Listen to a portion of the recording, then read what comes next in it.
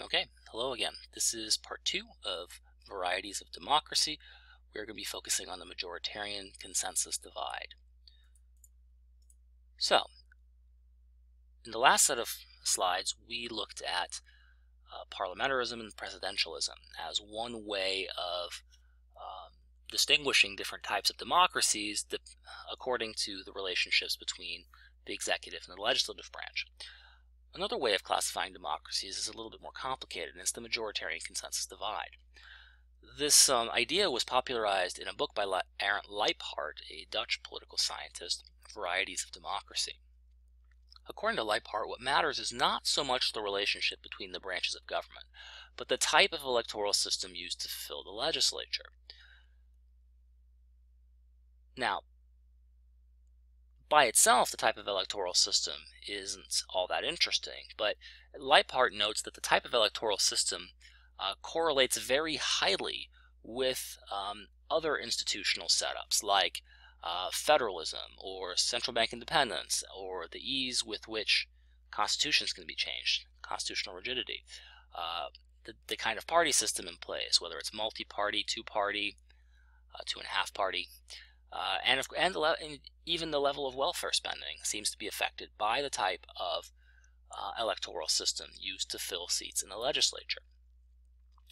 Okay, let's talk about majoritarian democracy. Majoritarian democracy, the electoral system is usually single-member district, first past the post.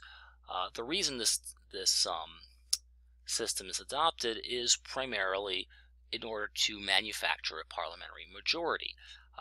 The reason it tends to manufacture a parliamentary majority is fairly simple and follows something called Duverger's law, which says that when you have district voting, and you need to win, in order to win a district, you need 50% of the vote plus a little bit. What that encourages is the formation of two large parties that can compete for that 50th percentile of the vote. Because, of course, if you have a party that couldn't possibly, because of its ideological or other commitments, capture half of the electorate, that party is at a serious disadvantage against any party that can broaden its appeal to include the 50th percentile. So the idea is to create a district voting system which encourages the formation of two large parties. These large parties are going to be fairly centrist parties, but the key here is that because there are only two parties, one of them has to have a majority. And what this does, by giving one party a majority, it enables that party to rule, to govern relatively unimpeded by the other party, by the opposition. And it turns out that political systems geared towards creating a majority party and enabling that majority to rule, that system also has other associated features, like a single-party executive, a dominant executive, a single legislature rather than bicameralism, easily amended constitutions, because of course constitutions can get in the way of majorities governing, weak to no federalism, and weak to no central bank independence. So majoritarian democracy focuses on trying to get the majority to rule, or enabling the majority to rule. Consensus democracy focuses on a different sort of philosophy, focuses on trying to represent broad segments of the public in the legislature. There, the electoral system doesn't try and manufacture parliamentary majorities, but it instead, again, tries to represent political views roughly in proportionate to the views as they are held by the public. And it does this by putting together a proportional representation system. When we talk about electoral systems, we'll talk about proportional representation, but roughly speaking, the idea is that you vote for whoever you like, and if 20% of the 20% of the population votes for a party, then that party gets to get about 20% of the seats in the legislature. Now, political institutions as a whole in consensus democracies are geared towards trying to get disparate social actors to bargain with one another. And it does so by giving nobody absolute power, but forcing people to negotiate. So the executive might be multi-party, and by that I mean, for instance, different cabinet portfolios, different ministries could be held by different parties. So one party holds, say, the labor ministry, and another party holds finance, and another party holds foreign affairs. So multi-party executives, balance between the executive and legislative branch, generally bicameral legislatures, so give an extra check and balance there between upper house and the lower house of the legislature, rigid constitutions, federalism, where subnational governments have some autonomy and can check and balance the federal government, independent central banks, with independent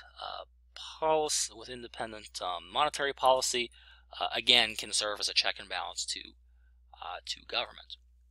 Okay, let's examine some of the features, advantages and disadvantages of these different kinds of organization. Parliamentarism, that is to say majoritarianism, majoritarianism and parliamentarism, not quite the same thing, but they often go together, really encourages vertical accountability. Vertical accountability is when voters can clearly see who is responsible and accountable for political outcomes. And by concentrating power in a single party executive, parliamentarism and majoritarianism tend to concentrate power and make it clear who is to blame or who is to praise for the outcomes that the voters are observing. There's no opportunity for the for the party in charge to blame somebody else because nobody else had a hand in making the laws. On the other hand, in presidential or consensus democracies, you see more horizontal accountability.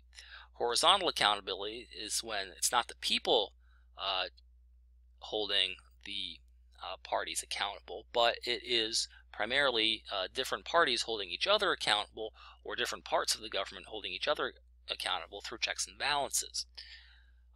In these systems, the downside is that it's more easy to pass the blame around for adverse outcomes, and so the voters have a harder time knowing who's to blame. Is Congress or the president to blame for various economic difficulties in the United States, right? Not always easy to tell. But on the other hand, Congress and the president are very much keeping an eye on each other, and to that extent are keeping each other accountable. Okay, so in practice, majoritarian systems converge on autocratic. That is to say, they can perhaps devolve away from democracy if one party comes to dominate for too long, or if they are able to establish or take advantage of patronage networks that enables party leaders to use state resources to buy political support. So that's one downside, and indeed, majoritarian systems that have been tried in South America and Africa have often been unstable. The president decides to declare himself president for life and suspends, ordinary parliamentary procedure, and suddenly it's no longer a democracy, it's a dictatorship. And the president can often do that because there aren't any checks and balances. So that's a risk for majoritarian systems. On the other hand, consensus systems can have trouble governing at all if gridlock takes hold. There was an episode a couple of years ago in Italy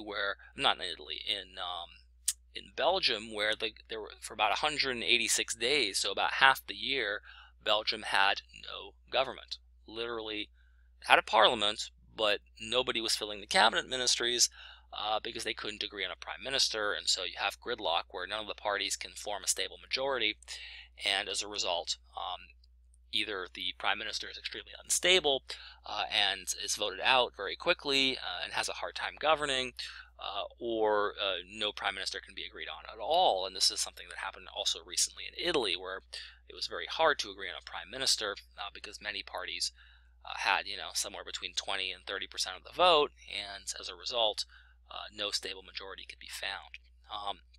So consensus systems can have trouble governing,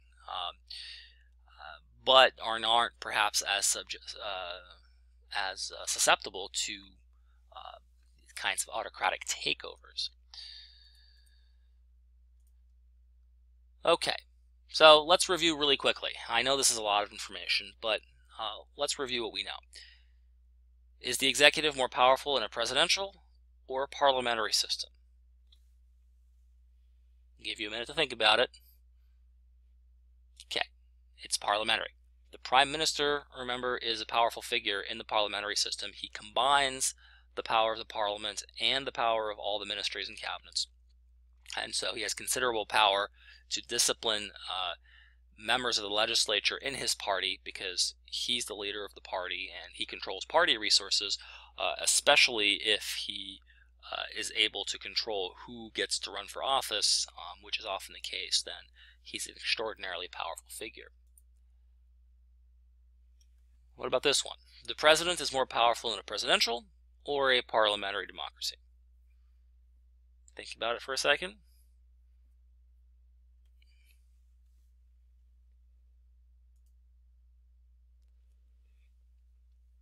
Tends to be the presidential system. In a parliamentary system, the president, remember, is a figurehead. In a presidential system, the president is the chief executive and so has a lot of power, even though he must share power with the legislature. Note that the American case doesn't fit very well in the consensus majoritarian divide, because on the one hand we have lots of checks and balances, but on the other hand we have checks and balances, but on the other hand we have single-member districts that create a two-party system where one party is usually in control of the legislature. So the Prime Minister. The Prime Minister is more powerful in presidential or parliamentary systems. This should be obvious by now. Semi-presidential or parliamentary systems. I didn't give away the question right. I didn't deliver the question right. But in a semi-presidential system, we have to remember that the power of the Prime Minister and the President depend on whether the same party controls the presidency and the legislature, or whether different parties control the legislature and the presidency. Okay. And what about the legislature? Let's think about the legislature for example. Is the legislature more powerful in a presidential or a parliamentary system? This is a tricky one. Well, it's a bit debatable, but in a parliamentary system, remember, the executive dominates, whereas in a presidential system, powers are separate. It's true that in a parliamentary system, the legislature can sometimes recall the prime minister through a vote of no confidence or censure, but I think overall it's most likely that the legislature is more powerful in a presidential system, because in a presidential system it has an independent source of authority and legitimacy. It passes law. It can't make law without consent from the executive usually, but it can make law, whereas in a parliamentary system, it's not the parliament who makes law. The prime minister makes law, proposes it to parliament for an up-down vote and for discussion, but at the end of the day, the prime minister often gets his way because of his control over the members of parliament who are sitting in parliament, who are in his party, and whom he has power over through the party. Okay, so these are the different ways in which we can cut up democracies. There's probably a few more, but for now, I think if you can keep the distinction between executive-legislative relationships on the one hand and electoral systems on the other, majoritarian versus consensus, I think you'll do very well.